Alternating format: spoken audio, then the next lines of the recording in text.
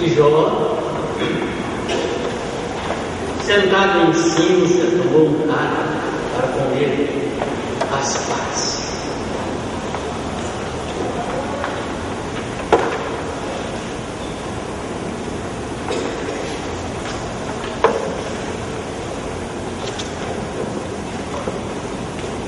Era uma vez Jó.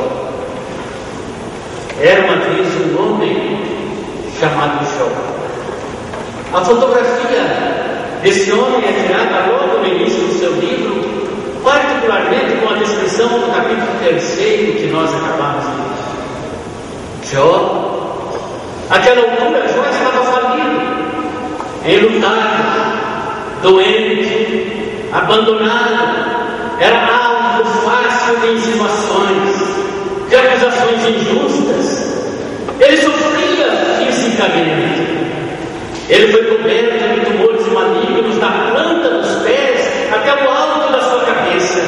Sua pele foi enegrecida, enrugada, estava coberta de bolhas inflamadas, das quais saíam luz.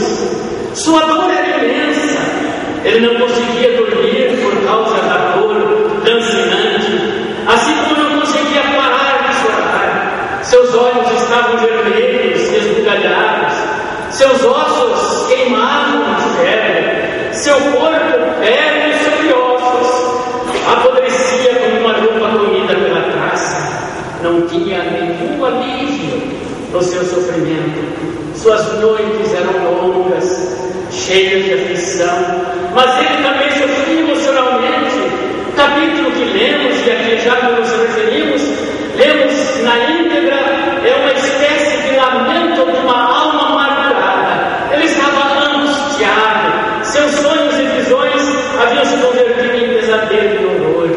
Suas esperanças malograram, perderam a razão de viver. A vida não tinha mais sentido para ele, estava só, abandonado, desamparado, execrado. Sua desventura foi proclamada em todo o mundo, e até crianças o desprezavam e zombavam dele.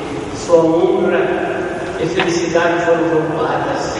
Tudo de bom que ele desejou, tudo de bom que ele queria, aconteceu exatamente o contrário. Era um farrapo humano, era um farrapo emocional. Não tinha descanso, não tinha sossego, não tinha repouso. Acrescente-se ainda o seu sofrimento espiritual, maior do que qualquer dor física ou emocional. Desconhecer as razões que nos fazem sofrer. Jó, no auge da sua dor, do seu desespero, deixa vazar sua queixa espiritual contra Deus. Ele sente-se um órfão espiritual, sente-se entrincheirado por Deus, levanta sua queixa contra os céus, e na sua angústia chega a dizer que os que provocam a Deus é que são seguros, os que provocam a Deus, que são tiranos, é que parecem gozar a paz, mas o justo e o reto servem de escárnio, são gozados. Eles não encontraram alívio para sua terrível, ele não encontrava alívio para sua terrível agonia. As cinzas que lhe cobriam as feridas não podiam aplacar a sua dor. Ali, desfigurado fisicamente, amargurado emocionalmente, arrasado espiritualmente, sentado na cinza, tomando um carro para rasgar o pus das suas feridas purulentas.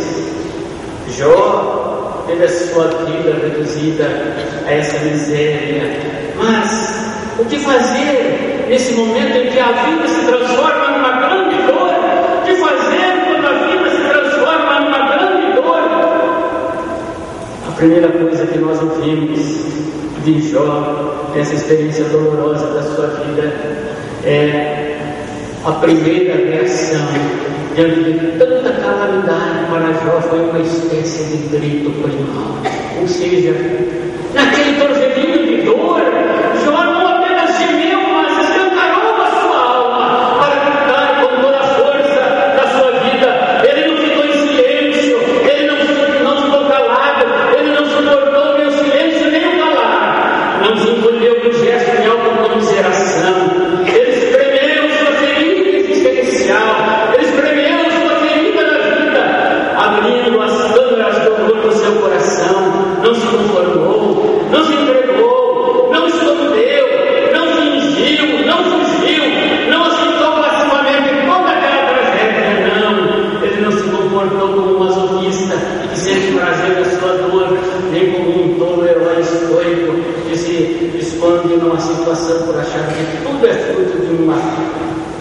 destinação cega.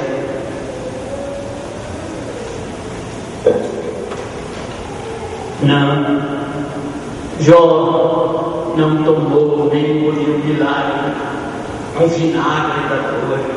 Numa expressão de nossa, Jó desabafou, Jó pôs tudo para fora, tudo que estava trancado no seu peito, no seu coração, veio à luz desse momento angustiante, momento coronadas pela dor e pelo sofrimento.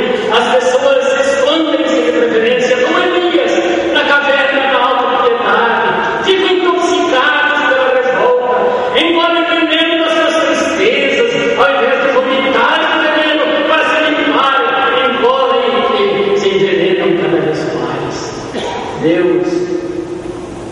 Deus não nos culpa, Ele nos proíbe de falar sobre a dor que estamos sentindo quando sofremos. Ao contrário, Ele nos encoraja a desabafar, pois o desabafo é o primeiro passo para a cura. Precisamos destampar o coração, precisamos desatrelar a nossa alma em tempos de aflição. A depressão vem quando nós tocamos na nossa garganta o gemido que devia extravasar na nossa alma. Muitos pensam que a paciência de Jó é igual à passividade, ao silêncio, ao calar-se. Não, Jó não calou seus lábios, Jó não fechou sua boca, não. Jó falou, Jó clamou, Jó gritou, e esse grito veio de uma forma de interrogação pertinente diante de Deus. Ele simplesmente indagava de Deus: por quê? Por que eu estou sofrendo? Por que eu perdi os meus bens? Por que meus filhos morreram? Por que estou mortalmente enfermo? Por que minha esposa me abandonou? Por que meus amigos não me entendem? Por que não há resposta para as minhas orações? Por que a minha dor não cessa? Por que não morro de uma vez? E por 16 vezes, como se fossem flechas, Jó atira seus porquês em direção aos céus e diretamente a Deus. E nesse grito dirigido aos céus, ele também dirige suas queixas contra Deus. Por 34 vezes ele clama, derramando suas queixas. Ele chama Deus de espreitador de homens e acusa Deus de ser insensível ao seu sofrimento e à sua dor. Argui Deus de precipitar contra ele males sem fim. Acusa Deus de não guardar, de não guiar mais, de não mais ser seu amigo, de não estar com ele, selado como nos tempos de outrora, nas entranhas. Jó grita a sua dor, era o grito da alma.